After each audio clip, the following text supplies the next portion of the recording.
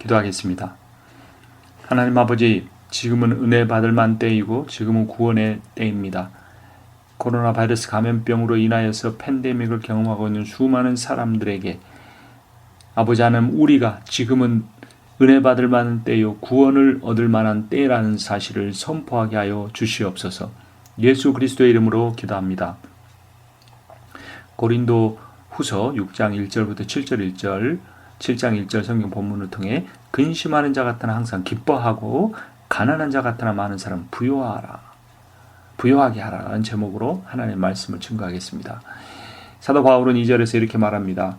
내가 은혜를 베풀 때 너에게 듣고 구원의 날에 너를 도왔다 하셨으니 보라 지금은 은혜 받을 만한 때요 보라 지금은 구원의 날이로다 라고 말합니다.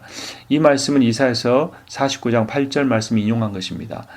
이스라엘이 그들의 죄악으로 말미암아 아수르와 바벨론에 의해서 멸망하게 되는 상황에서 하나님이 이사야 선지자를 통해 선포하신 말씀입니다.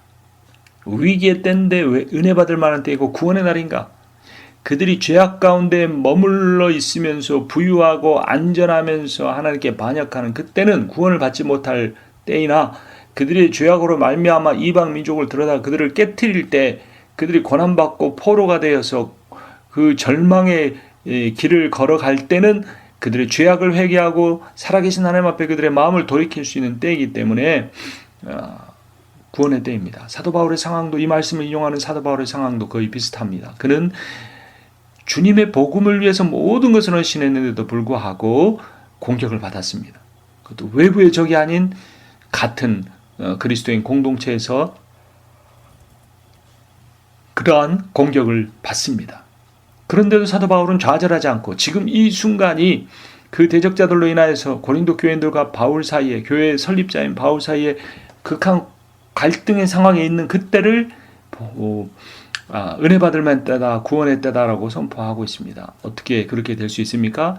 크리스찬이 근심할 수밖에 없는 상황에서 기뻐하고 가난한 상황에서도 많은 사람을 부욕해 하는 삶을 살 때 그 고난의 때가 은혜 받을 만한 때요, 환난의 때가 구원의 때로 바뀌어지는 겁니다. 가장 문제가 있다고 생각하는 그 순간이 하나님의 은혜를 받을 만한 때입니다. 가장 안전하다고 생각하는 그때가 하나님으로부터 가장 멀어질 수 있는 때입니다. 편안하고 복을 누리는 상황에 만족하지 마십시오. 영적인 갈급함을 가지고 우리의 마음의 영혼의 깊은 속에서 간절히 찾고 구하는 성령의 충만함과 하나님의 은혜의 풍성함을 갈급해야 합니다. 생명의 기쁨이 사라진 지 오래됐는데도 굳어져 버린 마음, 종교적인 습관으로 달래며 살아가고 있지는 않습니까? 하나님을 건물이나 조직이나 프로그램이 대체할 수 없습니다. 그렇게 되면 우상이 됩니다. 코로나 상황은 우리로 하여금 하나님만 바라보게 하고 있지 않은지 우리 스스로 돌아봐야 합니다. 코로나 상황이야말로 크리스천이 세상 사람들과 다른 목표를 가지고 사는 사람임을 드러낼 수 있는 기회입니다. 이 어려운 상황에서도 주님으로 인해 기뻐하는 사람이 있다면, 이런 어려운 상황 가운데서도 주님이 주시는 사명을 사랑하고 섬기는 복음 증거하는 그 사명을 감당함으로 즐거워하는 사람이 있다면 그가 진짜 크리스천입니다. 이렇게 기도합시다. 주여 은혜를 내려 주시옵소서. 주여 이 땅에, 우리의 교회에, 우리의 가정에, 우리의 자녀들에게 은혜를 내려 주시옵소서. 구원을 받을 만한 때 헬라어로 크로노스입니다. 카이로노스가 아닙니다. 크로노스는 하나님의 때를 의미합니다. 자기의 때에 집착하는 사람, 하나님의 때를 지나쳐버리기 쉽습니다. 하나님 이것만 하고 순종하겠습니다. 하나님 이것만 들어주시면 제가 그 길을 가겠습니다. 아닙니다. 지금 바로 이 순간이 순종할 때입니다. 혹시 오랫동안 미뤄두고 있었던 일이 없습니까? 그것을 새롭게 결단하시기를 주님의 이름으로 축원합니다. 사도 바울은 이 일을 감당하는 자신을 하나님의 일꾼이라고 소개합니다. 4절에 보면 오직 모든 일에 하나님의 일꾼으로 자천하여 라고 말합니다. 하나님의 일꾼은 그리스도의 사명자이기도 합니다. 그리스도의 사랑 때문에 그리스도께서 대신하여 죽으신 바로 그 사람들을 위해 사는 사람, 그가 안수를 받았든 받지 않았든 신학을 했든 하지 않았든 그가 하나님의 일꾼입니다. 바울은 하나님의 일꾼으로서 고난을 감당합니다.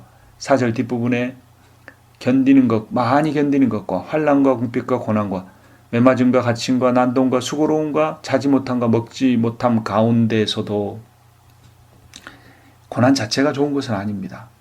그러나 세상 때문에 받는 고난이 아닌 의를 위한 고난, 세상을 위한 고난이 아닌 의를 위한 고난은 우리로 하여금 하나님 일꾼으로 하여금 기쁨의 자리로 나아가는 길입니다. 고난을 통한 자기 부인은 희생의 길이 아니고 생명을 선물로 받는 선교적 사명의 길입니다. 여러분, 선교란 해외 선교나 단기 선교가 전부가 아닙니다. 선교란 불신자나 원주민에게 개종을 강요하는 것이 아닙니다. 그들에게 복음을 전할 뿐만 아니라 그리스도의 사랑을 전파자의 자기 부인과 희생의 삶을 통해 보여주는 것입니다. 그러나 오늘날 선교는 얼마나 물량적이고 경쟁적입니까? 얼마나 많은 하나님 일꾼들이 서로 분쟁하고 있습니까? 많은 원주민 개종자들이 개종하는 이유가 복음이 주는 생명 때문이 아니고 예수의 사랑 때문이 아니고 기독교가 주는 돈과 출세가 좋아서 되는 것은 아닌지 돌아봐야 합니다. 우리는 가난한 것 같으나 많은 사람을 부유하게 하는, 걱정할 수밖에 없는 것처럼 보이는 그러한 삶 속에 살아가는, 항상 기뻐할 수 있는 그러한 사람들입니다. 그러한 사람들에게는 성령의 열매를 맺는 삶, 또 성령의 무기로 싸우는 삶이 필요합니다. 7절에 진리의 말씀과 하나님의 능력으로 의의 무기를 좌우에 가지고 라고 말합니다. 그러한 사람은 위기를 기회로 바꾸는 역전의 삶을 살 수 있습니다. 9절에 보면 무명한 자 같으나 유명한 자다. 죽은 것처럼 보이나 살아있는 자처럼 보인다. 징계를 받는 자 같으나 죽임을 당하지 않는다. 근심하는 자처럼 보이나 항상 기뻐한다. 가난한 삶이지만 많은 사람 오히려 부욕해 한다. 저 사람 아무것도 없는 것처럼 보이는데 모든 것을 가진다. 이러한 이 역설적인 삶을 사는 사람이야말로 그리스도인입니다. 재물을 많이 가지고 되는 것은 누가 못합니까? 어려움이 없이 기뻐할 수 있는 건 누구든지 할 수 있는 일입니다. 그것은 예수의 능력이 드러난 일이 아닙니다. 그러나 예수는 십자가를 통해 부활의 능력으로 사단의 세계를 이긴 것처럼 우리를 근심하는 사람들을 기뻐하는 사람을 바꿀 수 있는 분이고 가난한 사람들을 부유하게 해줄 수 있는 분입니다. 이것이 바로 기적이고 복음의 본질이고 신앙의 핵심입니다. 우리가 어떤 삶을 살아야 합니까? 그런데 우리가 이런 역설적인 그런 변화의 삶을 살아야함에도 불구하고 때로는 그러한 삶을 살지 못할 때가 있습니다. 오히려 세상 가운데 패배해버리는 거죠. 패배가 아니고 사실은 동화돼 버리는 겁니다. 사실은 그 세상 사람들이 인생의 목표와 가치로 삼는 것을 교회 안에 끌고 와서 그것이 하나님의 뜻이다, 하나님의 비전이다, 하나님의 꿈이다라고 바꿔버리는 삶을 살고 있는 경우들이 있는 겁니다. 우리는 세상과 멍에를 맬 수 있는 사람들이 아닙니다. 14절 너희는 믿지 않는 자와 멍에를 함께 매지 말라라고 말합니다. 그러면서 여러 가지 대조를 나타냅니다. 교회와 세상은 다르다. 의와 불법은 다르다. 빛과 어둠은 다르다. 그리스도와 벨리알은 다르다. 벨리알은 가치 없는 불충한 이란 하나님 앞에서 그런 존재입니다. 그것은 다르다. 믿는 자와 믿지 않은 자는 다르다. 살아계신 하나님의 성전과 우상은 다르다라는 겁니다. 여기서 하나님의 성전이라고 16절에서 말할 때 이 단어는 성전 건물을 가리키는 헬라어 히에론이 아니고 지성소, 여호와의 임재가 있는 지성소를 가리키는 나오스라고 하는 단어입니다. 그러니까 살아계신 하나님의 이 성전, 이 나오스는 하나님의 임재를 의미합니다. 하나님의 사랑과 은혜로 충만하신 하나님과 나와의 관계를 의미합니다. 이런 것들을 어떻게 말 못하는 우상과 바꿀 수가 있겠습니까? 이것은 우리의 최고의 가치요 복음의 핵심적인 내용입니다. 그러다 해서 우리가 세상과 분리되라는 의미가 아닙니다. 구별되라는 겁니다. 어떻게 구별될 수 있습니까? 종교적으로 구별되라는 의미가 아니고 사랑하고 섬기는 삶을 통해 구별돼야 합니다. 정의를 추구하는 삶을 통해 구별돼야 합니다. 그것이 바로 소금과 빛의 사명을 감당하는 크리스천의 바른 모습입니다. 우리는 하나님의 거룩한 성전이므로 불신자와 멍에를 매지 않아야 합니다. 16절 하반절에서는 하나님의 성전이 하나님의 백성으로, 18절에서는 하나님의 자녀로 묘사가 됩니다. 여러분, 우리는 어떤 면에서 세상과 혹시 멍에를 함께 메고 있지는 않습니까? 물론 바울이 불신자와의 사귐 자체를 반대한 것은 아닙니다. 불신자의 우상 숭배에 동참하는 것을 반대한 겁니다. 예를 들면 이교도의 신전에서 개최되는 파티에 참석하지 말라는 겁니다. 그곳에서 제공되는 모든 음식은 우상에게 바친 것들입니다. 고린도전서 8장 10절에서도 우상의 고기를 먹지 말라고 그랬죠. 믿음이 강한 자가, 먹을 수 있는 강한 자가 고기를 먹지 못하는 믿음이 약한 자를 위해 평생 고기를 먹지 않겠다, 바울이 고백을 할 정도입니다. 그런데 오늘 본문인 고린도후서 6장 14절 7장 1절은 우상 숭배에 빠지지 않기 위해서 고기를 먹지 않는 것이 바람직하다는 의미입니다. 앞에서는 믿음이 좋은 사람의 예, 믿음이 좋은 사람이 어떻게 할 것인가, 뒤에서는 믿음이 유혹에 빠질 수 있는 사람의 예를 말합니다. 두 사람 모두 약자를 위해서와 자신을 위해서라는 목적은 다르지만 우상에게 바친 고기를 먹지 않아야 한다는 결론은 다릅니다. 그러니까 이교도 신전에 가서 그들과 교제하고 그 고기를 먹는 것은 그 사람들과 동화되는 것이죠. 어떤 특별한 당의 당원이 되거나 스포츠팀의 일원이 되면 그들과 같은 정체성과 목표를 가져야 합니다. 크리스찬과만 정치를 하라는 말도 아니고 크리스찬과만 운동을 해야 한다는 의미도 아닙니다. 그들과 함께하든 하지 않든 그들과 구별된 삶의 목표, 크리스찬으로서 삶의 목표와 크리스찬으로서 자기 정체성을 가지라는 겁니다. 사실 비성경적이고 세속적인 삶의 방식은 이웃과의 관계를 통해서보다는 인터넷 쇼핑몰이나 텔레비전 드라마를 통해서 잘 형성이 됩니다. 이웃집에는 누가 사는지 몰라도 유명한 연예인은 잘 알고 쇼핑몰도 잘 알기 때문입니다. 거대 기업의 광고와 드라마의 세속적 가치관이 성경 말씀보다 내 삶에 더 많은 영향력을 미치고 있지는 않습니까? 그렇다고 해서 크리스찬 개토를 만들라는 의미가 아닙니다. 단절된 어떤 구역을 만들라는 의미가 아닙니다. 교회의 순결을 지키라는 겁니다. 신부인 교회는 신랑이신 그리스도처럼 사랑하고 섬기는 온유한 겸손의 공동체가 되어야 합니다. 자기 자신을 위해서는 물론이고 세상을 위해서는 더욱 그렇습니다. 그렇다고 해서 교회가 사회 사업을 주도하는 그런 기관은 아닙니다. 교회는 주님의 손과 발로서 주님의 뜻을 세상 가운데서 실천하는 공동체입니다.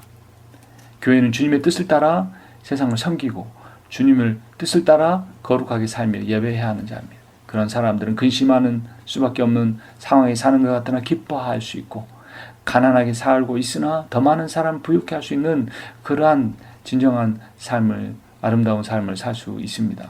세상과 분리되지 않아야 합니다. 그리고 세상 속에 살아야 합니다. 그러나 세상과는 구별된 삶을 살아야 합니다. 그리스도께 사신 것처럼 세상을 위해 살아야 합니다. 세상을 위한 삶이란 세상에 동화되지 않고 세상을 그리스도께 동화시키는 겁니다. 그리스도의 사랑의 복음으로 바꾸는 겁니다. 그것은 인간적인 방법에 의해서 될 수 있는 것이 아니고 성령의 인도하시는 방법으로만 가능합니다. 어떻게 하면 성령의 인도하시는 방법들을 한 것일까요? 성령의 열매인 사랑을 베풀 수 있을 때 그럴 수 있습니다. 우리가 세상과 멍에를 매지 않아야 한다면 우리는 누구와 멍에를 매야 합니까? 예수 그리스도와 함께 한 멍에를 매야 합니다. 마태복음 11장 29절 30절 보면 나는 마음이 온유하고 겸손하니 나의 멍에를 메고 내게 배우라. 그러면 너희 마음이 쉼을 얻으리니 이는 내 멍에는 쉽고 내 짐은 가벼움이라 하시니라. 신자가 비신자와 함께하지 말라는 것이 아니고 신자가 비신자와 달라야 한다는 것입니다. 내가 크리스천으로서의 인격적으로나 삶의 방식으로나 세상 사람과 다른 점은 내가 그들을 향하여 인내하고 용서하고 그들을 마음속 깊이 사랑하는 것입니다. 그러한 삶의 최종적인 이야기는 7장 1절에서 나옵니다. 7장 1절에 읽습니다. 그런즉 사랑하는 자들아 이 약속을 가진 우리는 하나님을 두려워하는 가운데서 거룩함을 온전히 이루어 육과 영의 온갖 더러운 것에서 자신을 깨끗하게 하자. 거룩하라, 깨끗하게 하라. 똑같은 의미입니다. 여기서 깨끗함이란 종교적이거나 제의적인 의미가 아니고 도덕적이고 인격적인 의미입니다. 도덕적으로 인격적으로 깨끗한 사람이 되는 것, 그 깨끗하게 비워진 자리에 예수 인격의 사랑을 넣는 것, 십자가의 사랑에 넣는 것, 복음의 사랑을 넣는 것이 크리스천의 삶의 목표입니다. 이와 반대되는 죄악의 본질은 세속적 세상의 가치관을 하나님의 거룩한 전인 교회 안으로 가지고 들어오는 것입니다. 성공, 출세, 부자가 되는 것, 직분을 헌신이 아닌 야망의 도구로 삼는 것, 비교하고 경쟁하는 것 등 이런 것은 결코 교회의 공동체의 목표가 되서는 안 됩니다. 교회의 비전이 되어서는 안 됩니다. 특별한 이유가 없는 물량적인 성장, 바람직한 것이 아닙니다. 우리는 더 낮아져야 되고, 우리는 더 약해져야 되고, 우리는 그 약해지고 더 낮아진 그 자리에서 우리의 인격과 말을 통해 그리스도의 향기를 드러내는 그리스도의 편지가 되어야 합니다. 이것이 그런즉 그리스도 안에 있으면 새로운 피조물이라는 바울의 선언에 합당한 것입니다. 교회 봉사와 헌신의 대가로 하나님께서 이런 목표를 지지해주고 이루어주신 그런 수호신이 아니십니다. 하나님은 우리의 종교적인 예배를 받으실 뿐만 아니라 우리가 주님의 인격을 닮은 사람으로 변화되어가는 것을 보기 원하십니다. 주님의 인격을 닮아 사랑하고 섬기는 선교적인 삶을 살기 원하십니다. 근심할 수밖에 없는 상황에서 주님 때문에 기뻐하고, 주님이 내게 맡겨주신 영혼 때문에 기뻐하고, 주님께서 맡겨주신 그 사명인 그 섬기는 삶 때문에 기뻐하고, 복음을 전하는 것 때문에 기뻐하는 그러한 삶을 살아가야 하는 것입니다. 여러분, 크리스찬은 고난을 겪지 않는, 고난이 피해 다니는 그런 사람이 아니고, 그리스도인은 복음을 위해서라면 그 고난도 마다하지 않고 감당하며 근심할 수밖에 없는 상황 가운데서 기뻐하는 자의 삶의 모습을 보이고, 가난해질 수밖에 없는 상황에서 많은 사람 부유하게 하는 그러한 삶인 것입니다. 주여 은혜를 내려 주시옵소서. 그 은혜를 받아 누리는 여러분과 제가 되기를 주님의 이름으로 축원합니다. 기도합니다. 살아계신 하나님 아버지, 주님의 생명의 복음이 이 땅 가운데 빛을 잃어가고 있지는 않습니까? 주님의 사랑의 복음이 그 짠맛을 잃어가고 있지는 않습니까? 오 주님, 온 세상이 코로나 바이러스, 눈에 보이지 않는 바이러스를 두려워하는 이 시대에 오 주님, 우리는 주님을 두려워하게 하여 주시옵소서. 주님, 우리야 대신 죽어주시고도 아무 말 못하며 우리가 믿어드려야 되는 그러한 기복적인 수호신이 아니심을 우리는 압니다. 온 세상을 창조 때 말씀으로 창조하셨고, 그 말씀이 육신이 되어 이 땅에 오시며 죄지은 백성이 죽어야 하는 그 언약을 완성하시어 죄짓지 않은 하나님의 아들이 죽으시는 새 언약을 성취하신 주님, 오 주님의 그 놀라운 사랑, 변함이 없는 사랑, 깊으신 사랑, 능력이 충만한 그 사랑으로 우리를 이미 채워주셨사오니 그것을 발견케 하시고 누리게 하여 주시옵소서. 우리만 알 것이 아니라 그것을 전하게 하여 주시옵소서. 한 개교회가, 지교회가 얼마나 성장하는가를 더 이상 하나님 나라의 부흥의 척도로 삼지 않게 하여 주시옵소서. 도끼가 나무 뿌리에 놓였으니 회개하라, 천국이 가까웠다고 주님이 말씀하셨습니다. 오 주님, 우리가 이 온 사회를 돌아보며 교회가 세워질 곳에 교회를 세우고, 복음이 아직 전해지지 않는 곳에 복음을 전하는 일로 우리 혼임을 다 쏟게 하여 주시어서 예수 그리스도의 복음이 땅끝까지 모든 민족에게 전파될 때 주님 다시 오신다고 말씀하셨으니 마라나타 아멘 예수여 다시 오시옵소서라고 기도하고 선포하고 그것을 추구하는 삶을 살게 해 주시옵소서. 주님, 많은 사람이 육체적으로 고단한 삶을 살고 있습니다. 주님, 많은 사람들이 외롭고 고립된 채로 살아가고 있습니다. 오 주님, 그러나 우리가 예수나 그리스도님에도 불구하고 이기 때문에 절망하지 않고 오히려 이 가운데 주님만 바라봄으로 인하여서 더욱 이전에는 알지 못했던 성령으로 말미암은 기쁨이 우리의 표정과 말과 삶에 드러나게 하시고, 물질의 가난함에도 불구하고 끝까지 복음을 증거하고 복음 증거한 그런 모든 것들을 우리가 선교적인 삶을 살아갈 수 있도록 역사해 주시옵소서. 이 말씀 주신 주님께서 그렇게 살게 해 주실 것을 믿고 감사드리며 예수 그리스도의 이름으로 기도합니다. 근심할 수밖에 없는 상황처럼 보이지만 그 가운데서 기뻐하시고, 가난하고 병약해진 상황 가운데 있지만 영적으로 더욱더 강건해지며 하나님의 은혜를 구하시고 온전히 누리시는 복된 삶을 사시기를 주님의 이름으로 축원합니다.